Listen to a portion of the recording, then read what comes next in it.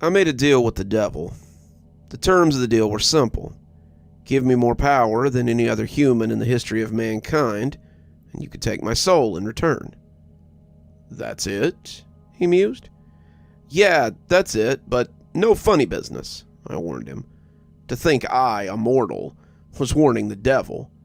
Fair enough. You'll have all the power you need in the world.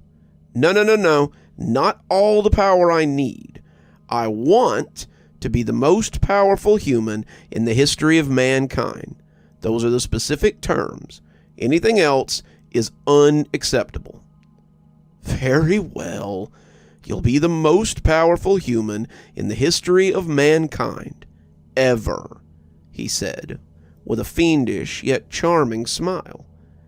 Why is it that when he appears to us, he's always a charming, irresistible, handsome man? I mean, I'm straight, but he was just gorgeous. Now, sign here on the dotted line. He presented me with a contract written in Latin. I don't understand anything it says, I said, having second guesses about the whole ordeal.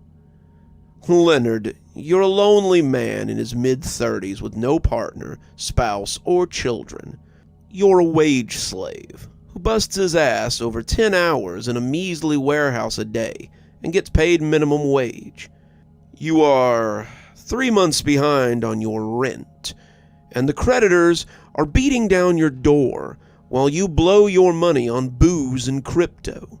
The last thing you need to worry about is some Latin on a piece of paper when everything around you is, quite frankly, falling to shambles. He paused for a moment before continuing. Now, are you signing this contract or not, which only states the terms we just discussed? His voice was as calm as the first time he had introduced himself, yet I felt like it carried a hint of anger beneath it, which was only detectable by a subtle change in his aura. I took the pen from his hand and signed my name at the bottom of the page. That was that.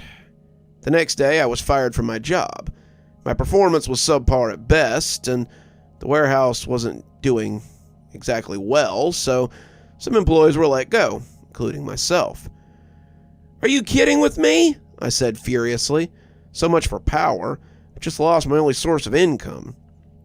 Instead of heading back home, I went to a nearby park and just laid down on the bench, contemplating what I'd do now, since I was on the verge of getting kicked out of my apartment and I had no job. I heard some rustling in the nearby bushes, and a man emerged, wearing all black and a face mask. He quickly paced in the direction of a middle-aged man, probably in his 50s or 60s, who was feeding the pigeons. He took out a gun from his pocket, and before he could take aim, an invisible force hurled itself towards him, landing me on top of him with both hands over it, pinning him down as I held the gun in check. The old man was startled and quickly booked it. Obviously, why the hell did I do that? I mean, I hadn't even moved.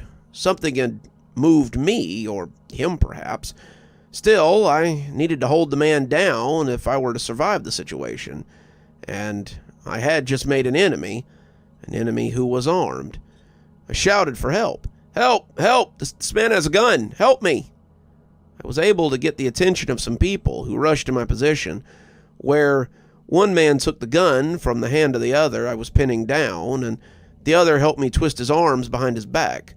Soon the police arrived, and with them, the old man. I soon discovered that he was no ordinary man, but a rich business tycoon. A billionaire, in fact. Having saved his life, the man was extremely grateful and gave me his card. Please, let me repay you. Come see me in my office tomorrow. So I went. The man was in real estate and owned several companies. He'd cut ties with his family and lived alone with his immense wealth. His wife was dead, his kids were assholes who only wanted his money, and relatives all wanted him dead so they could get a piece of his fortune. In a sense, we were alike, two lonely souls who found solace in each other's company. So much so that my unintentional act of heroism developed into an intimate relationship, which was the last thing I would have expected. In a matter of weeks, we were a couple, and a few months and several expensive trips abroad later, we were engaged. Him coming out of the closet was the best thing that happened for the company, as the shares skyrocketed and more business started to pour in. I felt like a princess, completely high on power. I had everything at my disposal: money, fame, power, you name it. Unbeknownst to my fiancée, I was letting it loose with all the girls I wanted. From a beta loser to a practical millionaire, which was what I had in my account, this was quite a transition. Finally, the devil had delivered on his word, and I had exactly what I wanted. But then, my greed destroyed everything. We were never exactly careful, me and my fiancé. It was only a few months ago that he took me to the hospital and had me checked up on, only to confirm that I'd contracted AIDS. Turns out he was having casual hookups with a couple of guys before me, and had contracted it just prior to meeting me. Now I had it too. My life was utterly destroyed, just as it was starting to get better. I did, in fact, have everything, and the power was just starting to grow, as several companies he owned were transferred to my name. I was devastated, although he tried to reassure me that he would buy me the most expensive treatments that medical science could offer. I knew it wasn't going to be enough. My health dwindled rapidly, and I became a husk of my former self. He, on the other hand, barely showed any signs. His health was as good as ever. He didn't lose any weight, and he wasn't getting as sick as I was, or rather, he wasn't getting sick at all. Had I not known he also had AIDS, I would have said he was getting even better day by day. In a matter of months, I was on the verge of death. As I lay in my bed, too weak to move, I knew my time had come. My eyes fixed on the door, as I knew he'd come to take me soon. When the door opened, he walked in ever so calmly. "So, how was your power? Do you like the man?" "Quite a fellow, isn't he?" he smirked. "Just take me. Make it quick." "Oh, but don't you want to know why like this? Why so soon? I mean, you must have questions." "No, not really. Just do it." "Very well, but do keep in mind I did deliver on my promise. You did feel like you were the most powerful man in history, right? All that money, all those women, the booze. You sure went crazy. That's what all the low-tier people do. Now, the high-tier people, they play a hard bargain. They play by their own rules. Take your fiancé, for example. He made a deal with me quite some time ago, 30 years to be exact. In exchange for extending his life and giving him all his wealth, he would help me collect souls for hell." "What?" I was sitting up in my bed despite my frail state. "Yes, he was the one to spot you, help me deliver on the promise I made, gave you the disease that's now killing you, and made it all the easier for you to die an earthly death. The man is on his 13th streak, which, quite frankly, is impressive." You tricked me." "I always do. That's the game. You knew it the moment you called on me. I'm a deceiver. I deceive everyone. And I'll have his soul too, eventually. But for now, I'll let him go and find someone else. As for you, the worst levels of hell await your arrival." With that, he snatched my soul and dragged me down with him, all the way to the boiling pits of pus and magma that would burn my skin off and make me suffer an agonizing death for all eternity. As for him, my fiancé, he was given another 5 years to live. Before he runs out of it, he'll live as he pleases.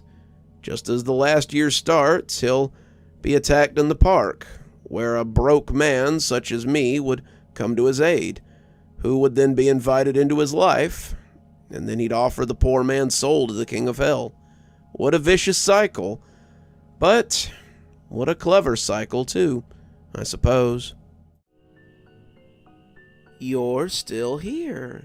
Thanks so much for joining us for tonight's spooky tale. If you'd like a little bit more spooky in your life, why not click on one of the videos that appears at the end of our story? Or maybe head on over to one of our playlists where you can get your fill of spooky content. If you like your spooky a little more tactile, I've got a new book that's come out.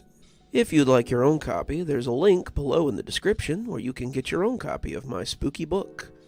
If you like what you see here on the channel and think you might like to support in a more monetized way, then why not come over to Patreon or become a member on YouTube? Speaking of, let's go ahead and thank our members now. Thanks to Civ Garstad, Unicorn Hollow, and Heather for being our Spooky Ghost contributors.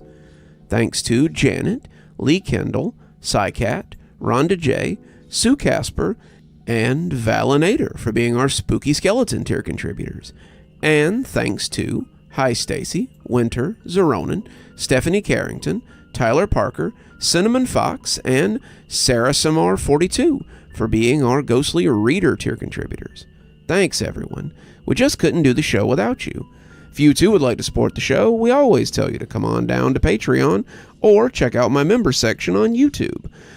Spooky Skeleton contributors get their video 12 hours earlier at 8:30 a.m. as opposed to 8:30 p.m.